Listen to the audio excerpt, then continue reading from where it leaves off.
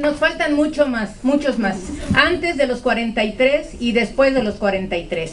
Soy egresada de Atequiza, Jalisco, viví el desprecio de una sociedad jalisciense que nos trataba de comunistas, ¿sí? Pero al menos hay sobrevivientes también. Nuestro Congreso Internacional de Santa Bárbara de hace 15 días, que se llamó Tan Lejos de Dios, fue dedicado a Ayotzinapa, ¿sí? Aquí está. Y qué mejor que Elena Poniatowska nos hable de nuevo y pase lista a los 43.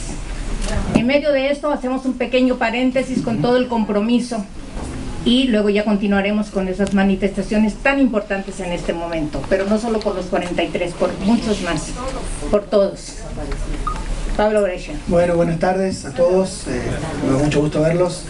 Ahora que llegó Elena, me da gusto no tener que cambiar los agradecimientos, porque primero era Elena por estar aquí, ¿no? Todavía no estaba.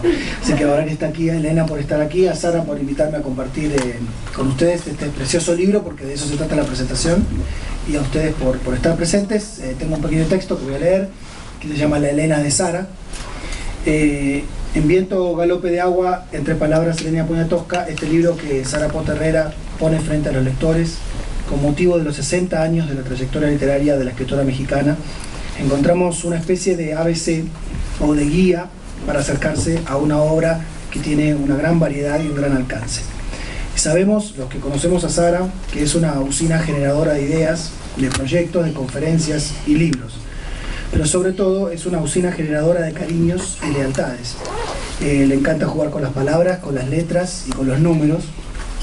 Así que en una ocasión como esta, Elena, premiada con el Cervantes, en el pasado, 2 fechas, 1954 y 2014, con coincidencia de 4, 60 años de trayectoria, era una ocasión inmejorable y Sara no la iba a dejar pasar, porque, como dice en una hojita suelta, que es su prólogo, hacer el libro era una deuda, un vale que había que sacar de una pequeña casa de empeño. También pregunta a Sara en su introducción, ¿quién no ha leído a Elena Poniatowska? ¿Quién no la conoce en México? Aunque están encadenadas, estas preguntas no apuntan a lo mismo, ¿no? Dada su constante práctica de intervención cultural, podemos decir que de un modo o de otro todos conocen a Elena en México. La lectura es otra cuestión, y me parece que este libro quiere llamar la atención sobre 2 cosas principalmente. Por un lado, la diversidad de la obra de Elena, que es cronista, periodista, ensayista, novelista, cuentista, biógrafa y, cómo olvidarlo, oradora. Y por otro, la necesidad de hacer una crítica seria de una escritora polígrafa cuya obra representa un caleidoscopio de la vida cultural mexicana de la segunda mitad del siglo XX y la primera mitad del siglo XXI, ¿no? Ya estamos aquí. Elena encontró pronto su lugar en el mundo, como dice en Vida y Muerte de Jesús Apalancares. Yo ya no era la niña de 8 años que vino en un barco de refugiados, hija de eternos ausentes, de viajeros en barco, hija de transatlánticos, hija de trenes, sino que México estaba adentro.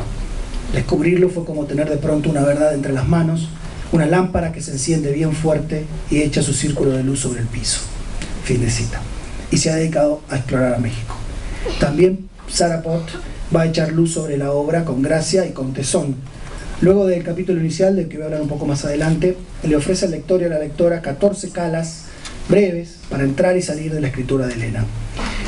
Ahora bien, la poligrafía y la polifonía en la obra de Poniatowska se ha situado casi siempre en el margen de los discursos y de las instituciones dominantes, como todos sabemos, privilegiando en muchas ocasiones la palabra de la mujer. Podemos especular un poco sobre esta preferencia por lo oral, lo marginal y lo femenino en su producción, ¿no? Por un lado, como en algún momento señaló Gianfranco, Poniatowska ha hecho un pacto de solidaridad explícito con las clases subalternas, ¿no? También hay que notar su interés por la pirotecnia verbal de los idiolectos de México, ligado a su larga labor como periodista y entrevistadora, oficio que siempre la hace estar atenta a la palabra del otro. Y hay además un firme compromiso con los procesos históricos y sociales de su género y de su país adoptivo. Y finalmente, podría aventurarse que hay una fascinación por lo real y por lo auténtico, entendido como aquellos lugares, seres, discursos, donde la vida parece habitar con más urgencias y carencias que en otros. Lo cierto es que, según lo vemos, este cruce voz-margen-mujer representa la marca de estilo que distingue su obra en el campo de la literatura latinoamericana. Viento, galope de agua, entre palabras, Elena Poniatowska, el título del libro del que hablamos, articula con profundidad esta marca.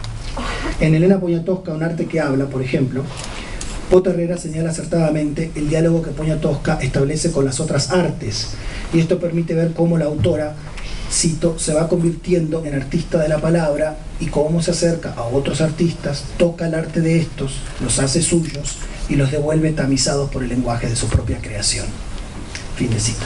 Los libros fundamentales en este contexto serían Palabras cruzadas, publicado en 1961 y reeditado el año pasado, y los tomos de Todo México, que recogen entrevistas y testimonios de figuras importantes de la vida cultural mexicana.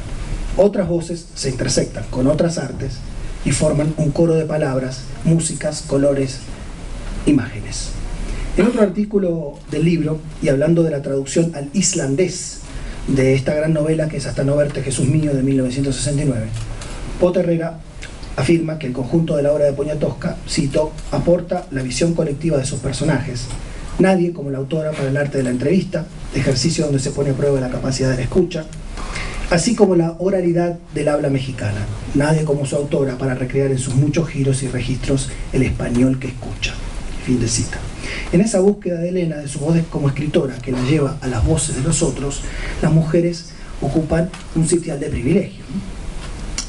Son ya conocidas las recreaciones que ha hecho de Angelina Bieloff, el querido Diego Tarraza Quiela, novela corta de 1978, y de Tina Modotti, en Tinísima, novela larguísima de 1992. Sara amplía el espectro. Su posición discursiva desde hace varias décadas indiscutiblemente ha marcado cambios en algunos espacios de expresión, por ejemplo los destinados a las mujeres, dice Sara. Ha rescatado para la memoria literaria de la Revolución Mexicana los relatos de Nelly Campobello, ha rendido tributo literario a Rosario Castellanos, se ha referido a las escritoras chicanas y ha traducido The House on Mango Street de Sandra Cisneros. Fin de cita.